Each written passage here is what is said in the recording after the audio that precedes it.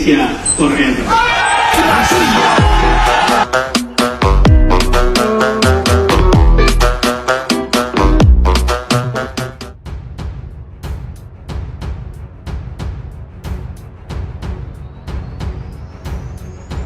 Hai, ketemu lagi bersama admin di sini. Admin mau tanya nih, kamu yang tinggal di Jakarta, berasa tidak sih perubahan kota Jakarta beberapa tahun yang lalu dengan yang sekarang?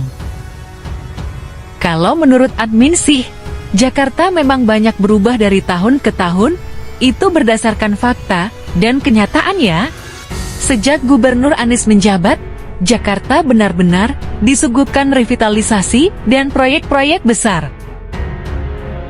Terkadang proyek dan revitalisasi berjalan mulus dan juga ada yang tidak maksimal. Kalau itu sih, biar kamu saja ya yang menjawabnya. Ini adalah kumpulan proyek dan revitalisasi yang membawa perubahan kota Jakarta di masa Gubernur Anies Baswedan menjabat, tapi admin tidak memasukkan proyek besar seperti pembangunan atau Gerd Tower, kereta cepat, Sarina Tamrin, Taman Mini Indonesia Indah, dan beberapa proyek lainnya yang berada di Jakarta. Sebab Sarina Tamrin digagas oleh Erick Thohir, kereta cepat dibina oleh Jokowi, sedangkan atau Gerd Tower telah dibangun sejak tahun 2013. Oke, kita lanjut. Tapi sebelumnya jangan lupa like dan subscribe, biar kamu tidak ketinggalan video terbaru dari channel ini. Dan ini dia, deretan revitalisasi dan proyek yang heboh dan viral saat Gubernur Anies Baswedan menjabat yang membawa perubahan kota Jakarta.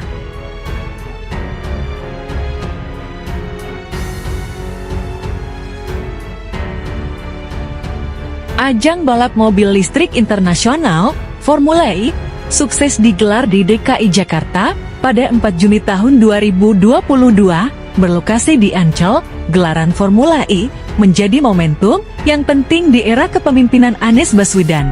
Suksesnya ajang balapan mobil listrik itu telah berhasil membawa nama baik ibu kota negara ke seluruh dunia.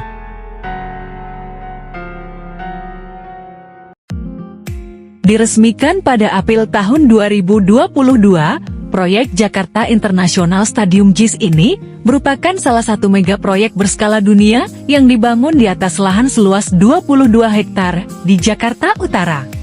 JIS adalah stadion yang mengusung konsep grand building pertama di Indonesia. Stadion yang dibangun dengan biaya fantastis sebesar 4,5 triliun rupiah merupakan stadion berstandar internasional dan memiliki kelebihan yakni atap yang bisa dibuka dan ditutup dan tanpa lintasan atlet. Anies Baswedan telah mengubah zona rendah emisi Kota Tua. Dalam revitalisasinya itu, saat ini Kota Tua hanya dapat dilalui oleh pejalan kaki, bus Transjakarta, kendaraan listrik, pesepeda, dan bus berstiker khusus. Revitalisasi jalur pedestrian Kota Tua yang telah diresmikan Gubernur DKI Jakarta diharapkan dapat meningkatkan kenyamanan bagi pejalan kaki dan pengguna sepeda, serta mewujudkan kawasan rendah emisi. Revitalisasi Taman Ismail Marzuki merupakan salah satu rekam jejak Anies Baswedan saat menjadi Gubernur DKI Jakarta. Langkah ini diambil oleh Anies Baswedan dikarenakan sebagai ikon budaya Jakarta yang telah menjadi pusat seni dan kegiatan budaya sejak tahun 1968. Eksistensi Taman Ismail Marzuki mulai tergerus oleh zaman. Kejayaan dari ruang para seniman ini mulai hilang akibat infrastruktur yang tua dan kurang memadai. Salah satu rekam jejak Anies Baswedan yang fenomenal saat menjadi Gubernur DKI Jakarta adalah revitalisasi Taman Honda di Tebet menjadi Tebet Eco Park. Dahulu, taman tersebut hanya dikenal sebagai taman biasa yang bahkan nyaris tidak terurus. Akibat area taman yang tidak terurus, tidak banyak warga yang tertarik untuk menjadikan taman sebagai opsi untuk rekreasi atau sekadar healing. Gubernur DKI Jakarta Anies Baswedan meresmikan Kampung Susun Bayam yang berlokasi di kawasan Jakarta International Stadium JIS. Anies berujar Kampung Susun ini mengusung konsep rumah tumbuh, serta tak kalah dengan bangunan di kawasan privat sektor lainnya. Lain itu, Anies juga merevitalisasi pemukiman eks kebakaran di kawasan Pasar Perumpung Jatinegara yang bernama Kampung Gembira. Proses revitalisasi itu dilakukan sebanyak 136 unit rumah yang dibangun di atas lahan 1.200 meter persegi dan memakan biaya hingga 7,8 miliar rupiah dengan menggunakan dana Basnas basis DKI Jakarta. Dua flyover tapal kuda yang berada di Lenteng Agung Pasar Minggu, Jakarta Selatan, menjadi proyek yang dibangun di masa kepemimpinan Gubernur Jakarta Anies Baswedan. Kedua flyover itu dibangun sebagai sarana putar balik kendaraan dari dan ke arah Pasar Minggu maupun Depok, agar pengendaraan tak harus melintas di perlintasan kereta api. Selain itu, jalan layang ini juga dibangun untuk mengurai kemacetan di sepanjang Jalan Tanjung Barat Raya, Jakarta Selatan.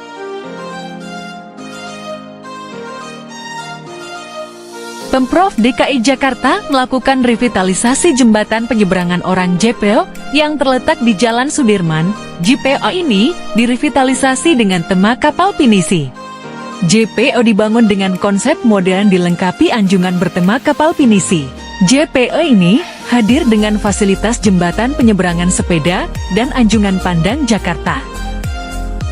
Revitalisasi JPO Karet Sudirman didedikasikan untuk mengenang perjuangan dan pengorbanan tenaga medis dalam menangani pandemi virus corona. Dan berikut ini adalah sejumlah program di masa jabatan Gubernur Anies Baswedan: penanganan banjir, pembangunan tanggul pengaman pantai, penambahan 8 lokasi pembangunan rusun, pembangunan Taman Benyamin Sueb, naturalisasi sungai, penataan PKL Tanah Abang, peningkatan fasilitas kepelabuhan, sumur resapan, OKOC, reklamasi Pantai Utara Jakarta, pelaksanaan Formula E, rumah DP 0 rupiah, revitalisasi halte Transjakarta, Taman Maju Bersama, penerangan jalan, kartu Jakarta Sehat, pengelolaan sampah, pemeliharaan jalan, Jaklingko, program air bersih, kartu Jakarta Pintar, pembangunan dan pengoperasian LRT, pembangunan Jakarta International Stadium JIS, revitalisasi Taman Ismail Marzuki, Ekopark, dan revitalisasi JPO di sejumlah titik Jakarta, penataan kampung kota, revitalisasi bangunan sekolah rendah emisi, program pariwisata, pembangunan intermediasi treatment.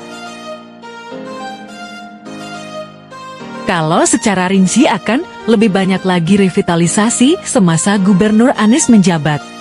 Silahkan yang belum ada, ditambahkan di kolom komentar. Bijaklah dalam komentar, tetap sopan, ramah, dan ingat ya, jangan lupa subscribe. Saya akan membuat video keren berikutnya, jadi jangan kemana-mana, dan dukung channel ini untuk maju dan berkembang.